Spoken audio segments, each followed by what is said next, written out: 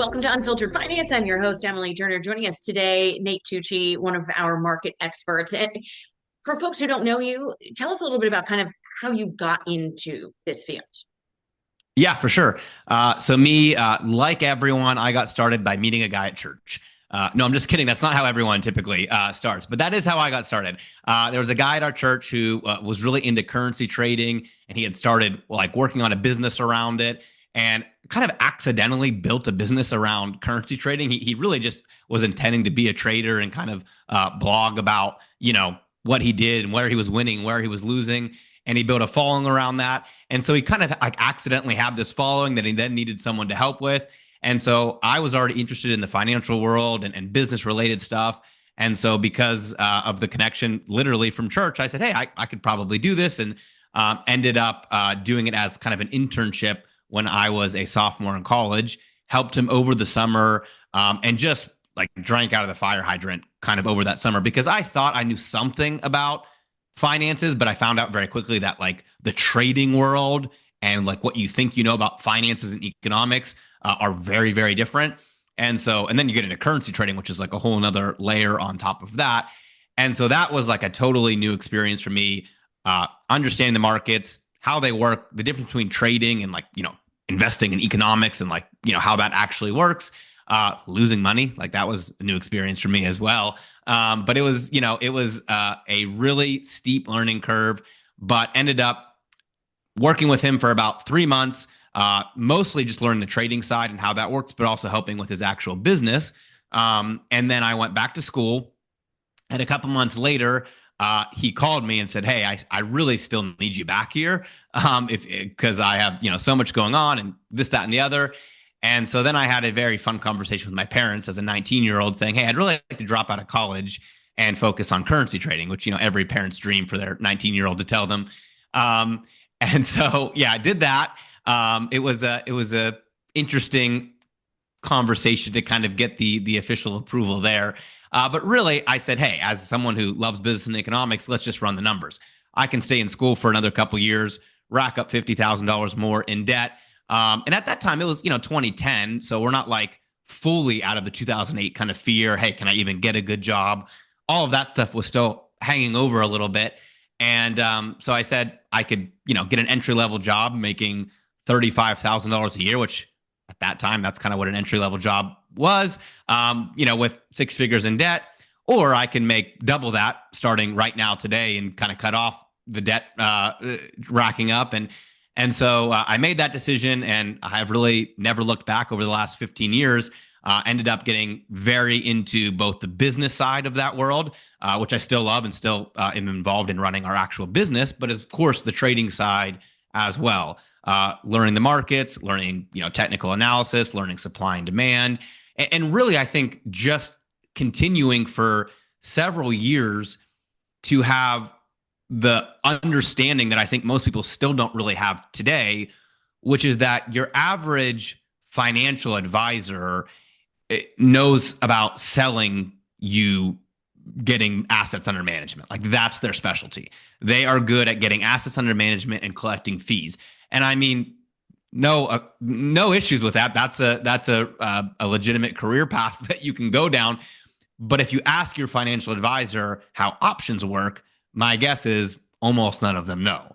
I would pretty much bet my life on that most of them have no idea, because I've had those conversations. I met a lot of the Wall Street guys who are just fund managers, and it's just a totally different world. So I really like what I was excited about was not that. I was excited about like really nerdy stuff about how to structure trades and how the market works and how to build systems and test forward expectancies and all that sort of stuff.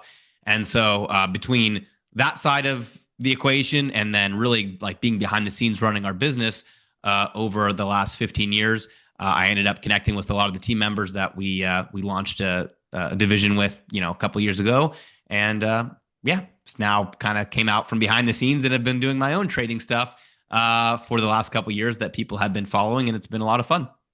And it's not now just currency trading, right? No, in fact, I mean, now I don't even trade currencies actively. I just use them as kind of a basis for what I'm looking at across the rest of the market. Once I discovered options, I've really never looked back because currency markets are fun. and there's a lot of things you can do, but options are amazing. And the reason they're amazing is because they actually let you build the idea that you have in your head. What I mean is if you look at a chart and you think, this is the kind of trade that I would like to make based on this market. I think it has some upside, but has a little bit of downside, but there's some support here. And over the next 2 weeks, I think you can do this. Options give you the ability to build out that trade idea as a trade structure. You can't really do that in any other market. And so once I got, that understanding and really started to fall in love with the trade structures and not just the, hey, I think the market's going to go up or I think it's going to go down, which is still really not my bread and butter. I'm still not that much of someone who loves to forecast. Hey, I think the SPY is going to go up over the next week and then down. I have some ideas on that, but that's really not what gets me excited. What gets me excited is the systematic structuring of trades that have a positive expectancy over time. And options, there's just no other instrument that lets you do it like options. What would a good example of one of those that you got really excited about that worked out really well be?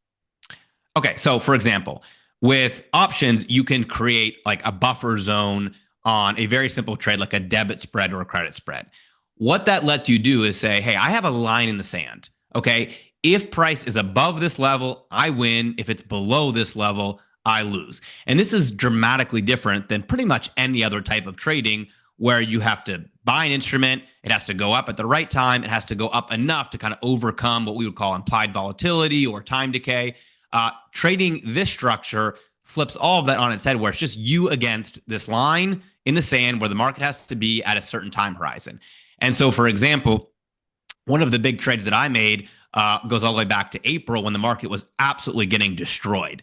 And we said, hey, are we bullish or are we bearish? And I think I was one of the few people on that panel who said, hey, I'm totally bullish. The quicker the market goes down, typically the quicker it recovers. So this is actually kind of a good thing, especially when you consider the nature of that tariff sell-off was really unique. It was Donald Trump telling you for months and months exactly what he wanted to do, and the market just doing a horrible job of pricing that in, and then him announcing, hey, here's what it is, and it being pretty much exactly what he said all along, and then the market freaking out like that was some shocking news. And so I said, this doesn't really make sense on a couple different levels, not to mention fundamentally, the market was still at record high in earnings across all of the big companies that we expect to pull the market either higher or lower. And again, the quicker the market goes down, historically speaking, the faster the recoveries are. Hashtag COVID, right? So we tend to see that, and that all looked like good news. And one of the stocks that got beat up the worst was, of course, Tesla, because not only was the market down, but Elon's involved in Doge, and he's best buddies with Trump, and everything that goes along with it. People are burning Teslas in the street, so Tesla was just getting destroyed. And so on that call, which I'm sure we could find a video clip to play of that, I basically said, hey, who here thinks that Tesla has a chance to be back at all-time highs a year from now? It was down 55%. And over half the chat said yes. And about half the chat, or maybe a little less, said no. And I said, well, I would agree with you. I think that there's about a 50-50 chance. And the chat here is recognizing there's probably about a 50-50 chance that Tesla will reach all-time highs. But with a certain trade structure, you could put a line in the sand at all-time highs at this time next year as a trade idea. And a 50-50 trade idea should pay you 100% ROI, right? It's like flipping a coin. If it's a 50-50 odds, then it should pay you 100% ROI if you're right. Well, the Tesla trade would pay you 1,100% if you were right. And so that was a great example of a trade structure that gives you so much more ROI than what you kind of think of it as in probabilistic terms. And so I gave that trade out for free back in April. 2 days ago, Tesla hit all-time highs.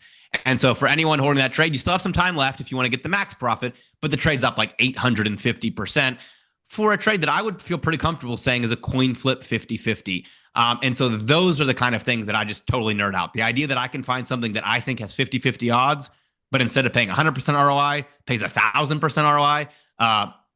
That's my bread and butter kind of setups that I love. No, totally. And so we talk, okay, that's a massive success, but I mean, I'm sure as with anybody in this realm, there are successes and there are failures. What is an example of one of those? And then how did you kind of parlay that into a learning situation?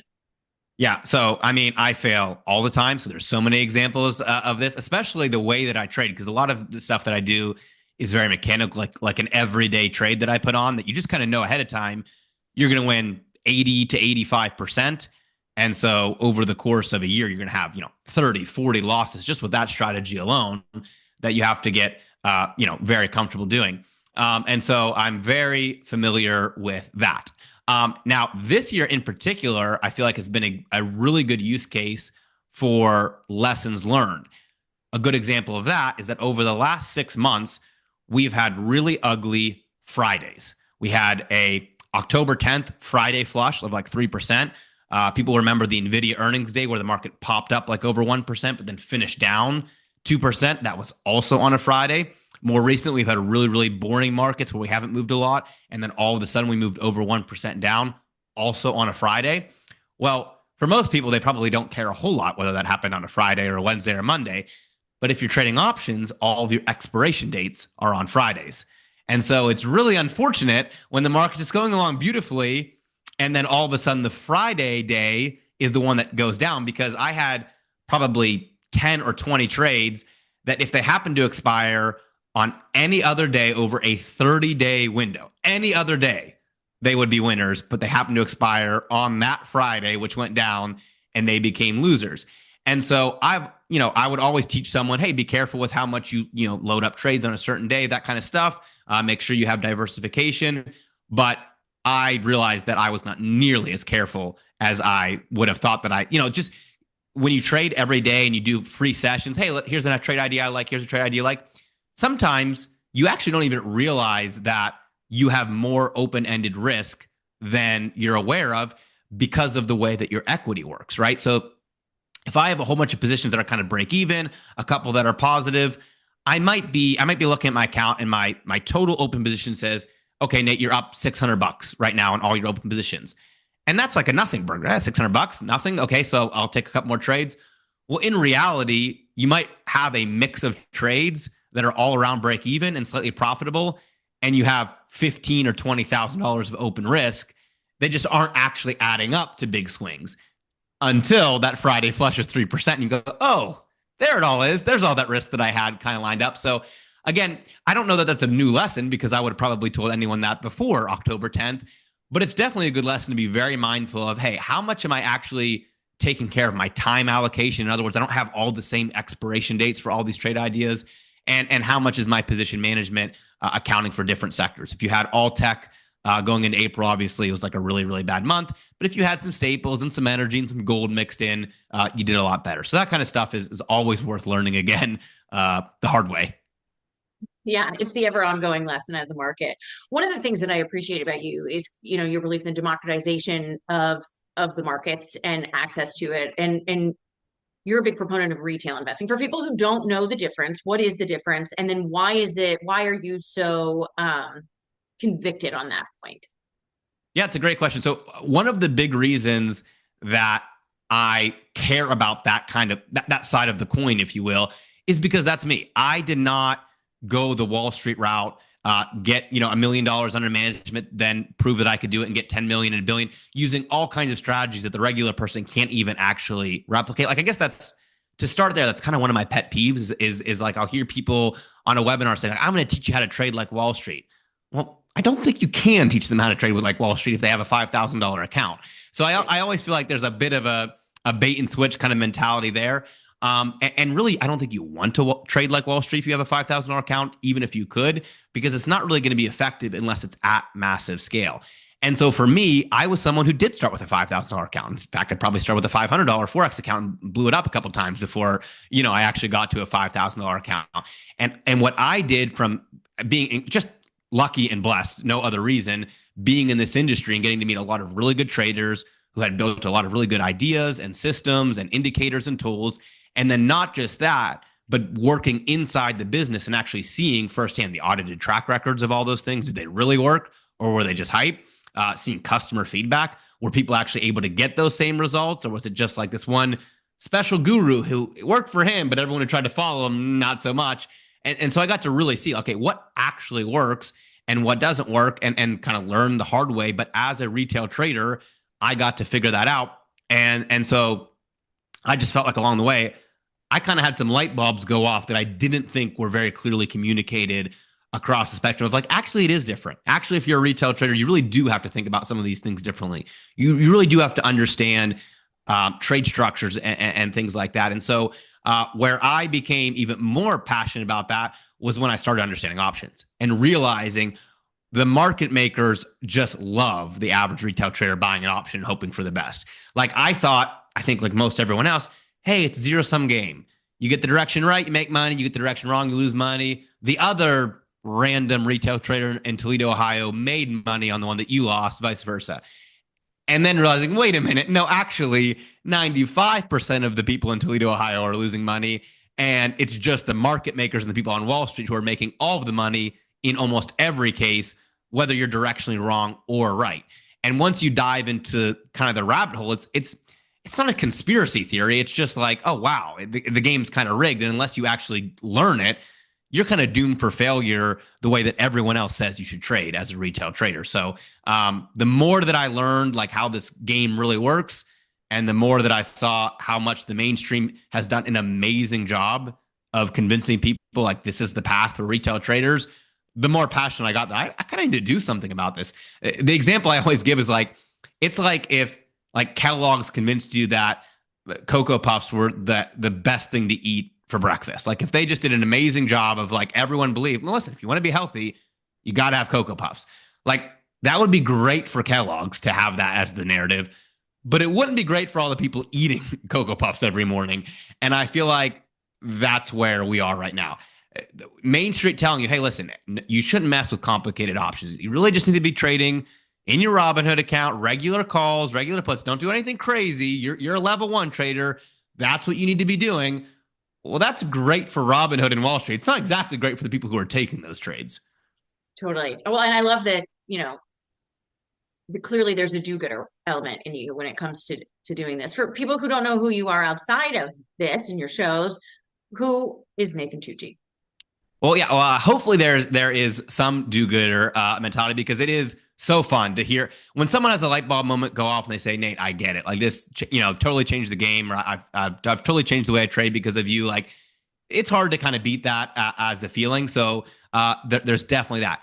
To be 100% transparent, there's also the side of me who loves business and wants to grow our team, make us the best trading company in the world. And to do that, you have to have good products and you have to actually treat people right and all that. So it's just to be fair, a two-sided. I love helping people. I love getting that response. I love when someone has that light bulb moment and kind of says, yeah, I realize like all the mainstream nonsense doesn't work. And now I get it. That's a lot of fun. But me, I am a dad of 7 kids. And so I always joke that I have 6 daughters. And so, financial freedom is a luxury for some. It's a requirement for me because I have 6 daughters and one boy, by the way, who destroys everything in my house. And so, also required, Fully understand. yeah, the financial side on that. But I do, I want to have success for me. I want to have success more so for my family. I want to have success for my students. And I really buy into the idea that the best way to do that is just to have transparent success. Like the trading is such a great industry because if you can have transparent success, then all of the other successes really will come along with that. Like you're not going to have a situation where it's more about, some other KPI, some other performance metric that you're going to fail miserably in your trading, but make a lot of money or vice versa. You're really going to be able to kind of connect those 2 points of, hey, if I can be successful and honest and transparent and treat people well, then things are going to go really well for our business. And that's also going to help, create more winners across the board. And so I'm a big believer in trying to put myself in those situations where the most wins are kind of aligned. And I think that's one of the great things about our industry is that is typically the case. So yeah, I love what I do. I love trading. I love being a nerd about trading. And the fact that I get to kind of do it with a community of other people who are in on the ride just makes it so much more fun and fulfilling. Perfect. Well, for folks who are interested in following you or reaching out to you, what's the best way for them to do that? Where can they follow you and find you? Yeah. So, I mean, the best thing, like if you're going to go all in and nerd out with me, then the best thing is to show up. We do a free opening playbook session, we call it, every day at 10 a.m. And then I actually do an additional closing playbook session, which is a little bit shorter. So I'm usually live with students and our community for about an hour and a half to 2 hours every day, no commitment required, just free come learn about the market, see what's going on, get my trade ideas. You can do that either by following me on Telegram, which is an easy way just to get my updates, or there should be a link somewhere where you can jump into our newsletter that says, hey, come get my daily updates. You also get my, access to my kind of daily show with an invite link and a reminder, all that kind of stuff. I'm sure we can put a link in the description that can find all that stuff. But that's the easiest way to do it. I would recommend as much as you can to spend time actually live, looking at the market. It's great to research. It's great to get the vocab under your belt. But until you really experience the market and kind of how to navigate that in real time, I think it's hard to get some of those aha moments that really move you forward in the world as a trader. Awesome. Well, people will be seeing you on this channel often. So, Nate, I appreciate your time and thank you so much for all of your insight. Yeah, absolutely. Thanks, Emily, for having me. And everyone, hope you have a great day and good luck in your trading.